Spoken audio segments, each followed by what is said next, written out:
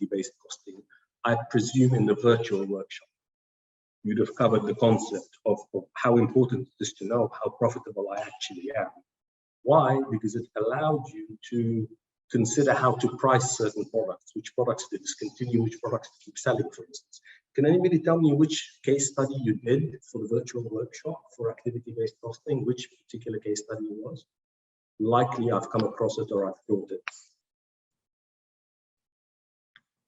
Does anyone remember from the virtual workshop? I think Carlson, it's named or something like that. Okay, and what was the business they were in? Oh, it was piping and yeah. The pumps and the... Right. This is one. Okay. So you start seeing how that's different. That's not the kind of thing that you would have seen in the financial report at the end of the year, right? This is something that you do in the day-to-day management of the business. Okay? Right. That's managerial accounting. And that's another place where finance comes into managing business. Okay? And then what we're going to look at is, okay, Wilkerson, that's the one. Yeah, I remember that. Thanks, Mark. So what we're going to look at is to say, right, okay, that's all very good. Why do we do the MBA? What's one of the key features? What are the key benefits of doing the MBA? MBA is a preparation for you to be able to take the helm of a company, either to be in charge of one of the big divisions in the company, or to be the CEO, whether it's of your own company or a big company and so on. Now, nobody who becomes CEO very rarely has worked in every division in the company. Very rarely has the CEO been in sales and marketing and engineering and HR and operations and finance and strategy. It's unusual, okay? But once you get into a leadership position like that, you need to be able to oversee and look after all of these functions, including finance. So one of the functions of the MBA is to prepare you as you get higher and higher in the hierarchy of a company, including setting up your own business. You need to worry about all these different aspects of the business. How to set a strategy, how to work sales and marketing, how to keep track of finances, motivation and human resources, etc., etc. Each one of these different topics is part of how a company functions, okay? This module is to say, if you're in an executive position, if you're the finance director, if you're the CFO, what input do you bring to the CEO from a finance perspective? How do you help run a business better in a more sensible way by looking at the financial aspect? Because none of these things work separately. So you can do great sales and marketing if you're producing unprofitable products. Eventually, the company will sink, okay? You can do great finance, but if nobody likes your products or you can't retain your staff, the company will sink. It all has to balance. So we will look at companies in this module from the perspective of being either the CFO or the CEO of a company, with a view to what tools, what knowledge is available to us, both from academia and in the real world, together, available to us to help us make better decisions and run companies better. That's what we're trying to do. That's why measuring historically how companies have done in the published financials is an important part of it. That's why having a better idea of how to get the true costs of what services and products we offer, especially in an environment where there's a lot of fixed costs, a lot of costs go across the entire company. How do you allocate that to different products? It becomes more and more difficult when the fixed cost gets higher and the variable cost which you can attribute to any individual product or service is less. It becomes very hard to measure what's profitable and what's not. So activity-based costing is a very strong tool in relation to that. Similarly, you've already seen tools like balanced scorecards, which try to link the financial and the non-financial, because finance doesn't stand in its own right. Finance is reflective of business activity. And at the same time, the other activities, if they're not costed properly and they're not leading towards a profit or achieving certain results, then they're not going to work. So you have tools like that. So for value creation, we need to ask the question, what tools are available to us from finance, and what do finance managers look at, and how do they support businesses when it comes to making decisions today that hopefully in a year or two or three will make the published financials of the company look good? How will we do what is right in terms of making sure the company creates value, not just measures it after because as a manager, that's what you're responsible for. Even if you're an analyst looking at the company, deciding whether to invest or not, it's well and good to look at what it's done historically. But if you make an investment in this company, you're interested in what it's going to do in the future, because that's what will really determine its value. So even then, you need to be able to look at the company and see whether the actions it's taking day to day is going to help improve its value. And especially if you're inside the company, you have to take decisions to what to do within the company. You need something to help you realize whether you are increasing the value and creating value in the company. And specifically, what we're going to focus on, we'll cover a number of ways in which we do this, and I'll go through that during the presentation. But specifically, we're going to look at it from the perspective that the case study that we present in the workshop that you're going to be assessed on the presentation of is, should we do a particular project or initiative or not? From a finance point of view, somebody comes and says, look, we can launch this new product, or we can offer this new service.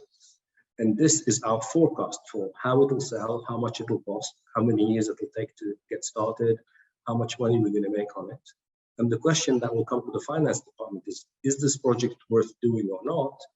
From the point of view, will it create value for the company or not?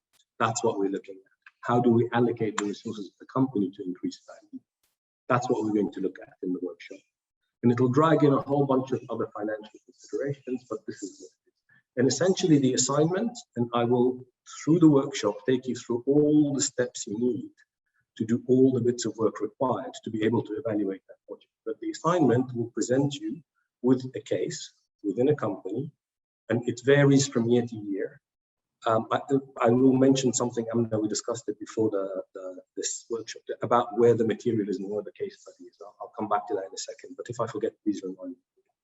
There will be a case study which gives you a situation of a particular company, and the idea will be, this is a proposed project, and here is the forecast, and here is what we know about the company. And you'll be asked a number of questions. Okay, specifically, they revolve around, should the company do this project or not? And under what conditions? Okay, now the assignment is more detailed than that. And on halfway through day one, I'll put the assignment up and explain to you what needs to be done. So you don't have to remember this.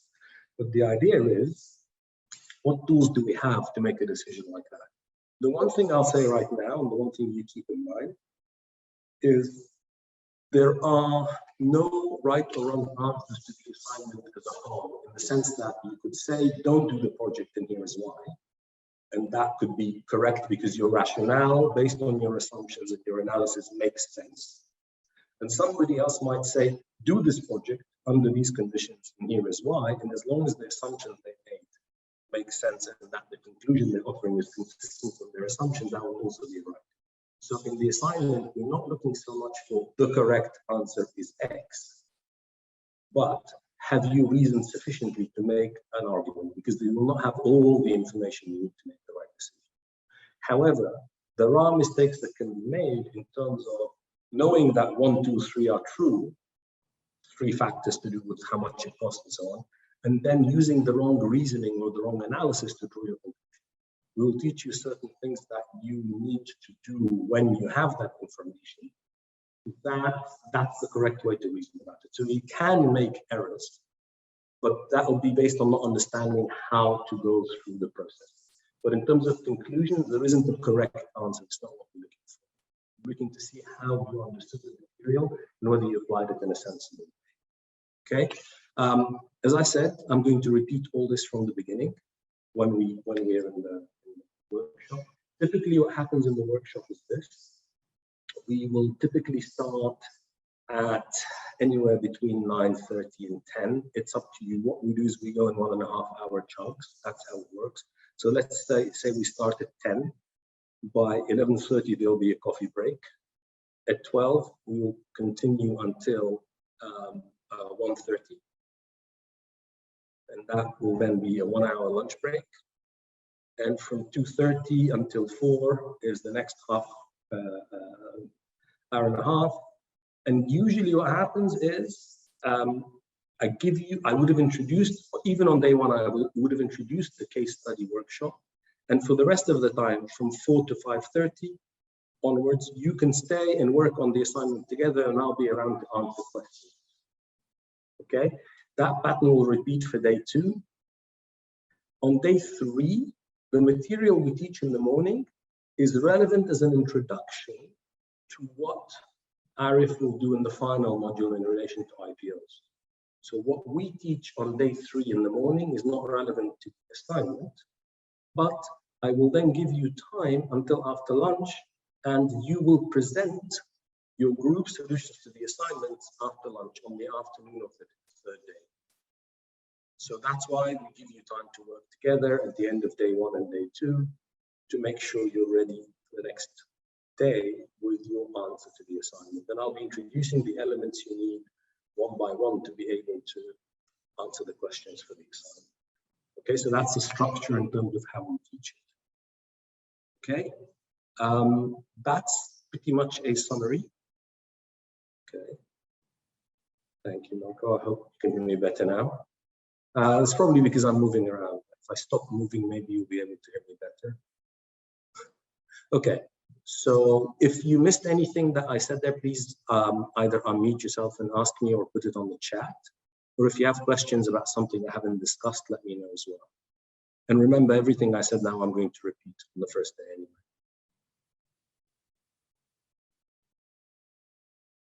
While you are thinking of your questions, I'll go back to the point I mentioned. As of now, both of the materials to do the workshop are as follows. First, there is the actual workshop materials. There are slides for day 1, day 2, and day 3. Those should be available on Blackboard. I couldn't see them in relation to our workshops, but I've discussed this with Amin and he's going to mention it to Manchester to make sure you guys have access to that. There are also exercises, test exercises. They're not assessed. So on day 1 and day 2, there are some exercises which you would go through in class together. They're not assessed, but by going through the exercise based on what I'm going to explain in class, then seeing the model answer, these help you when it comes to working on your assignment. Think of them as either simplified, or in some cases they're more complex than they need to be in the assignment. But they are things that you can use, and when you train with those particular exercises we give you, you will know how to apply it to the assignment. So test questions or practice questions for day 1 and day 2 should also typically are also on Blackboard. We are looking, Amin and I, into making sure they're available to you on Blackboard before or on the day of the workshop. Both the slides I'll be going through and the practice questions for day 1 and day 2. Okay, so that's one point. The other aspect of what's available in the assignment will be 2 things. One is the actual case study, which is, if you've seen case studies before, it will be a description of the case and some questions at the end. Okay, but mostly you want the text of the description of the case. Secondly, you will have the actual question sheet for the case study. So it's going to say, okay, in this case study, what we want you to do is give a presentation, and this is how long it should be, these are the questions you need to answer. So what are the questions? Those 2 documents will also be available. And they'll be available from day 1. So you can start reading the case study and start preparing for the presentation you're ultimately going to give. Okay, and if they're not, we will try to sort this out with Manchester tomorrow because it's Monday, today is Sunday. And we'll make sure they're available on Tuesday. Worst case, if they're not, I will try to circulate them by email, but for the workshops that start 22nd and 29th, we'll make sure you have access to these things as well. Okay. Also, you should be already in groups. Go to the groups on Blackboard. You're assigned in groups for each of the days. Already been put in groups. Okay. And I would suggest, while maintaining social distancing as much as possible, the groups who will be working together should be either on the same table or close to each other to be able to discuss things on the day. In the old days, they all sat on the same table with distancing. We need to make sure if they do that, they're sufficiently spaced. But we should have plenty of room. But if you don't know which groups you're in, you should be able to find that out by going to Blackboard. Any questions? Does anyone have any issues with groups? I mean, are people unaware of what groups they're in? Or, as Amin said, is there any problems with accessing workshop materials on Blackboard? Please let us know. And we'll make sure that before the 18th, we have that resolved for you. You can always unmute yourselves and ask a question if you have anything to ask.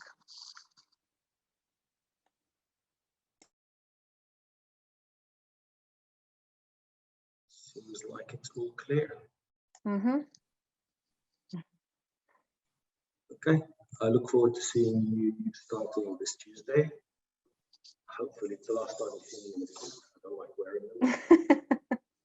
No, you should come like But this. you do what you have to. And as I said, last chance, couple of questions if anybody has them. Otherwise, you can ask me in person. Yes, certainly. Okay.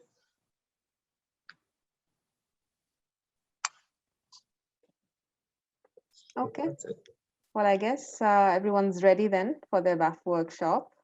We're really looking forward to seeing you guys there.